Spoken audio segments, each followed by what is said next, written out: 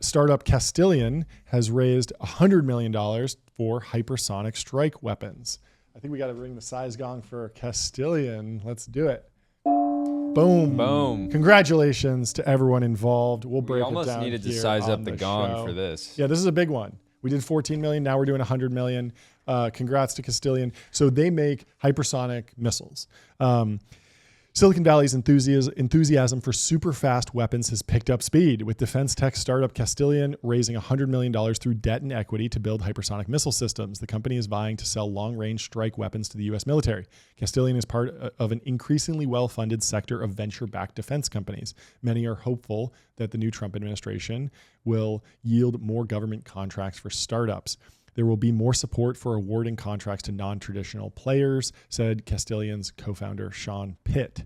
The administration has given the Pentagon the freedom to lean into new companies. So they raised $70 million in venture and $30 million in debt. The funding round was led by Lightspeed Venture Partners, and it brings the company's total funding to $114 million. So they got here with just 14. And have you seen their branding, by the way? It's very 50s nostalgic, or even almost World War II era. Some of the graphics that they use. No, I haven't seen that. It's cool. Feels a little bit insane to be, talking about defense tech company branding, but I think it's smart by them because there are so many new players coming in. Differentiating yourself, visually is just another way to kind of stand out. Yeah, it's great. And the last thing you want to do is just be like derivative of Anduril, right? Yeah. Because Anduril's been such a dominant force. Totally. And they kind of took this sort of Call of Duty-esque branding. Totally. And that is what all these defense tech founders grew up playing. Yeah. And so it's sort of the default, but because Anduril was first, they own it. And so Castilian's done a good job of separating themselves from the pack. And so let's do a little bit of a deep dive on hypersonics. So the Defense Department has considered hypersonics a national security imperative for more than a decade. Despite spending billions of dollars on the effort, it has failed to develop battlefield-ready technology. Castilian says its frequent flight tests, quick engineering upgrades, and economical manufacturing will produce cheaper and better hypersonic weapons. It does 3 test flights per month in the California desert. So this is crazy. Hypersonic weapons, you might think hypersonic, faster than sound. A hypersonic weapon is defined as a projectile that flies at least 5 times the speed of sound. Yeah. Supersonic is Mach 1 to 5. Yeah. Hypersonic is 5+. Yeah. So it can be launched from great distances, maneuver, and evade most air defenses. They became a top Defense Department priority during President Trump's first admin. A 2021 test flight by China, which launched a weapon that circled the globe 20 times the speed of sound or faster, alarmed Washington. Yep. 20, just ripping around 20x. So the main reason they why would have had to choose that flight path fairly. Well, that's the thing. You don't have to choose the flight path with a hypersonic so it's so high missile. And so fast. It's not just that it's so high. It combines speed. So the traditional ICBM, the Intercontinental Ballistic Missile, will also go Mach 20. I'm not sure if it's exactly Mach 20, but they go extremely fast. They go all the way up into space, but they follow a perfect parabolic arc. And so we have missile defense systems and satellites that track all of these different missiles as they go up, all the different rockets. So the rocket launches, and you can see that it's on this very smooth trajectory. And what that allows you to do is calculate with a very simple mathematical equation. Well, if it's going, a couple thousand miles an hour here, well, then in 5 minutes, it's going to be here. And if I just get my bomb or my missile here and explode, I will intercept it and blow it up. Yeah. It's very simple to build a programmatic calculation for how to counter it. And so that's been the backbone of missile defense systems. And it's why people aren't genuinely freaked out about countries getting ICBM capabilities, because North Korea will get one, and it's like, we could probably shoot those down pretty effectively. Scramble things as they come, shoot them down. North Korea is so funny. It's like your drunk friend who just has a gun and they're just shooting it off in the air at random times. And you got to kind of far away, and so you got to look over there and be like, what's going on? Is he all right? Hopefully that doesn't fall anywhere important. Meanwhile, the adults are, just sitting around. Maybe every once in a while letting one off, but in a much more, controlled method. And so these hypersonic weapons are different than ICBMs because they don't follow predictable trajectories. They maintain the maneuverability almost of a jet or a cruise missile, but they're going Mach 5. So there's a couple cruise missile companies, and cruise missiles are obviously very important, but cruise missiles are typically subsonic. So they're not going, it's more like a plane with no one inside and just a bomb. So when you have something traveling Mach 5 and it's also able to maneuver, it's very hard to shoot it down. And so these are the people are worried about these hypersonic weapons being able to take out aircraft carriers very easily, be able to strike somewhere because it can take, a lower path, evade radar, evade the satellites, evade detection, and then just show up very quickly before you can react. And I'm an advisor to this company, Aeon. I don't know. Have you ever met? I've never met them, but I'm familiar. So they're based in Texas, and in learning about that business, there's only 2 manufacturers that make anti-tank missiles. So launch from the ground, shoulder launched, sort of close range. There's 2 companies that make them. And they've gotten to the point where they're charging because they run on a cost plus model. So the manufacturers make like a fee on top of what it costs them to produce it. And so that means that they're incentivized to just run up the price so they make more money. It's this very, poor incentive. And so Aeon's making them for 80% less money and they're making better products that are easier to use. And so Aeon, you would think, is just like, obvious, easy win. They just go in there and saying, hey, our products, costs 80% less. It's easier to use. But because of this procurement process, which we've been talking about, it's just it's not a shoe-in, right? It's a struggle to get, and they've done very well in terms of getting traction in the Pentagon. But and so a lot of it is, you just have to go and get some sort of general or admiral to come out and watch your demo. And we've seen videos of Palmer doing this in the desert in a wonderful Hawaiian shirt. And Castillion's clearly made that part of their strategy as well. They bought this crazy looking like tank transport thing, and they drove it to El Segundo, which I guess is where they're headquartered. So welcoming our new LSVR MKR-18 to El Segundo this week. We'll be making upgrades to convert this vehicle into a launcher system for our upcoming flight test, and it's a fun ride. So I think they can build in their factory, put it on the back, drive it out to the desert, and then just shoot it off and fire it. I think this creates a fun dynamic for VC demos too. So if you're running a process, your investors, potential investors want to see what you got, invite them all out to the same demo. That's literally happened. Blow some stuff up, and then say you guys can talk amongst yourselves and figure it out. This is what I was telling Steve, CEO of Allen Control Systems. There was all these, investors. He's was raising a new round last year. All these investors wanted to meet. I was like, invite them all to the same demo because they're going to just be sitting there watching this incredible, demo of the technology. And for him, he's making counter drone, systems. So it's just very cool and highly relevant to the battlefield today. Anyway, so cool opportunity. Normally, you're giving a VC a demo of your product, or they're using it. But this sort of putting them all out on the same desert is just a fun dynamic. I've heard of that happening, and all the VCs were standing around talking to each other, and one of the bigger VCs there looked to the other one and said, "You're not getting a penny of this round."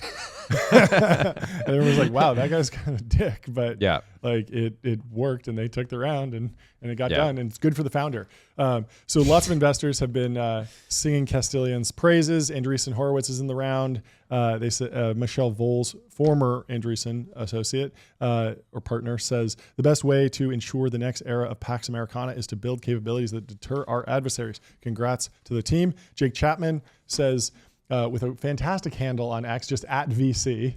Crazy. He says, excited for Castillion and to see us developing this American capability. And I like the folks I know at Lightspeed, but Lightspeed maintains a China arm. What's the relationship between these two firms from a money, control, systems, information flow perspective? Why did everyone scream about Sequoia? Was totally fair, but nobody seems to care about Lightspeed. So he's putting the screws to Lightspeed, telling them divest immediately, I guess.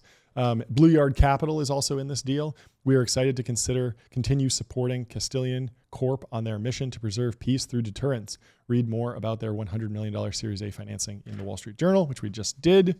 And Castillion is very excited to announce their round. We should close out with some more context from the Air Force. The hypersonics program the Air Force estimated would become operational in 2022 hasn't materialized, and the service is working on another program that says it will produce a weapon in 2027. An Air Force spokeswoman said the service is working on other programs and collaborating with startup defense companies and providing them with opportunities to demonstrate their technology. Many in the industry hopes Trump's shakeup in Washington agencies, the technology industry's coziness with the president, the influence of Musk, himself the founder of the largest venture-backed defense tech company, will bring attention and money to hypersonics. And so, yeah, and that's what people still don't realize about SpaceX is it is being able to put things up in space fundamentally makes you a defense tech company. Totally. It's not just an aerospace, space company. Yeah. And that's part of their value to the United States. 100%.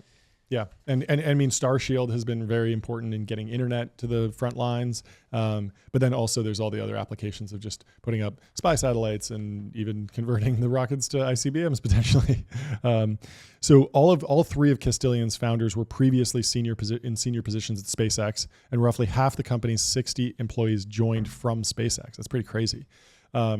And Castilian said it would have a finished product ready for the military by 2027 and will have its first hypersonic speed test flight for its weapon this summer. It has been awarded more than $22 million in federal government contracts, mostly from the Air Force. And so we love to see that.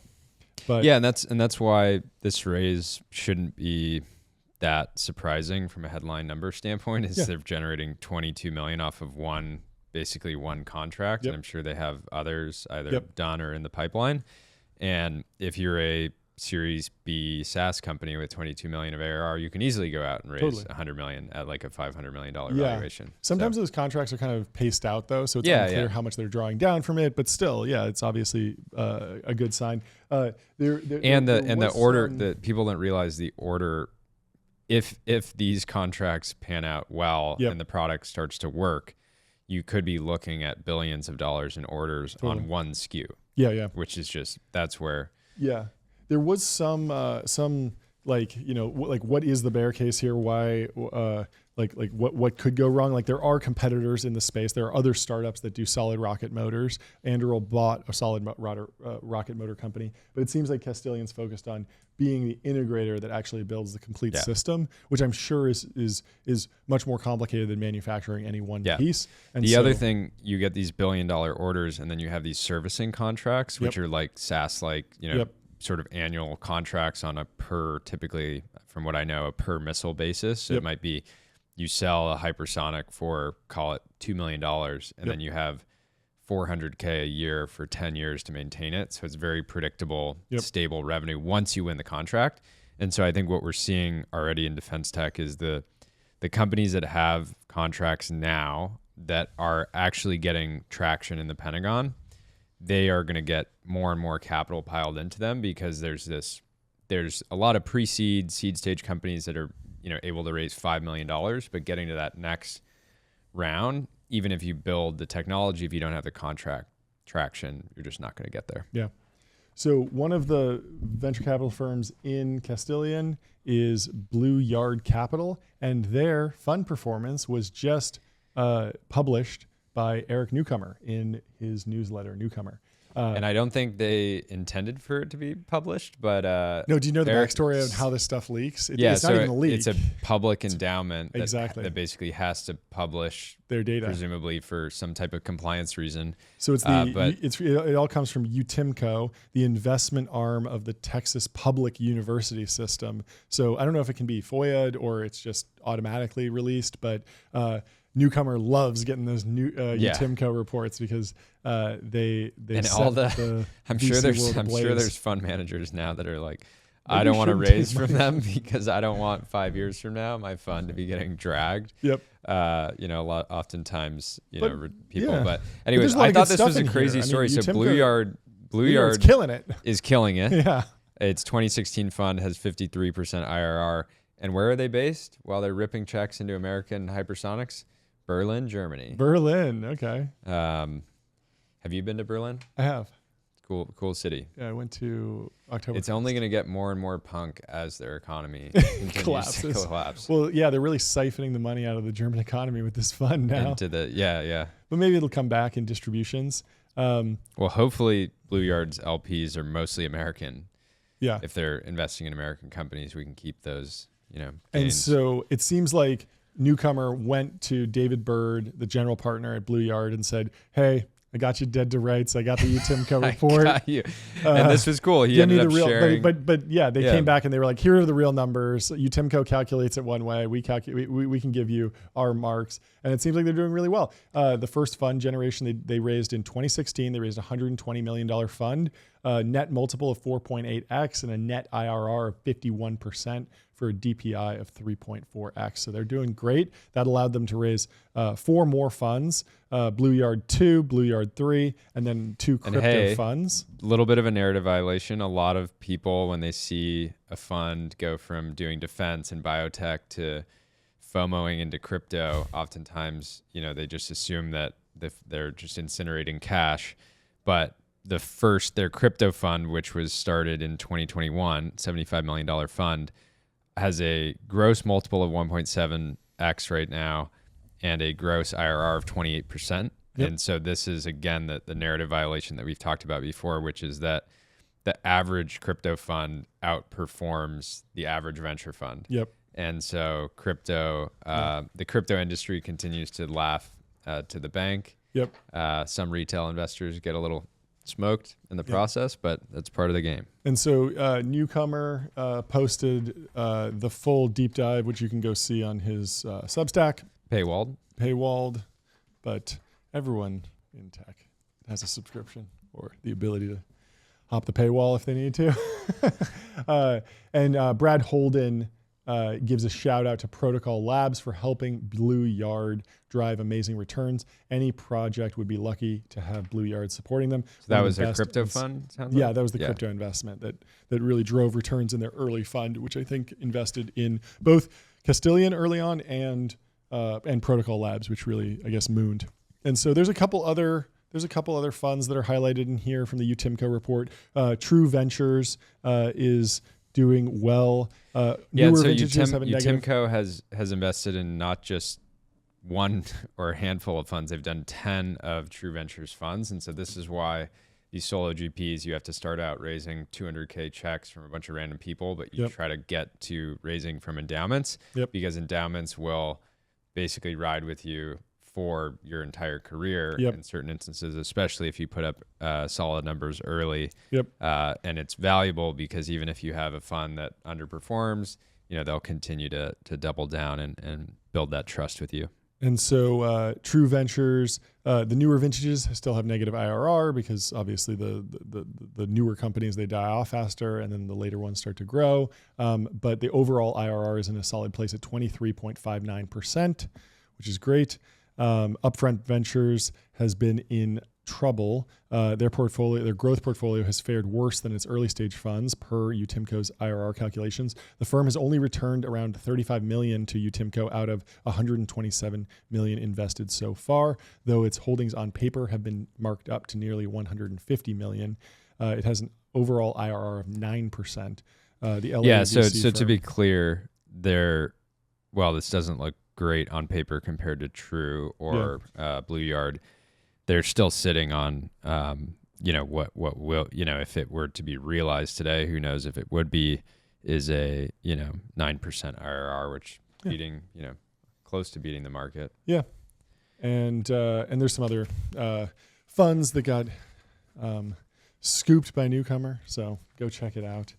Always interesting to dig into what funds are raising, important for founders to understand who's on an upswing and who actually has more capital to deploy. Because once you see a fund start declining in the IRRs, they're likely not going to raise those follow-on rounds. They might not be the partner for you that will be there for those Series B, Series C checks, keep upping their pro rata, staying with you if they're and this other Foundry group, which was in the news last year because I think they returned capital is that right? Maybe I'm confusing it with another fund, but they're just no longer even raising. So that even funds that, firms that end up raising, in this case, over 8 individual funds, sometimes don't have proper succession plans, or the GPs just decide, we had a good run, let's call it. Because these things are, every new fund is 10 plus years of, commitment to managing the firm. And if you're getting to, retirement age, you're sitting there, I'm 60 years old.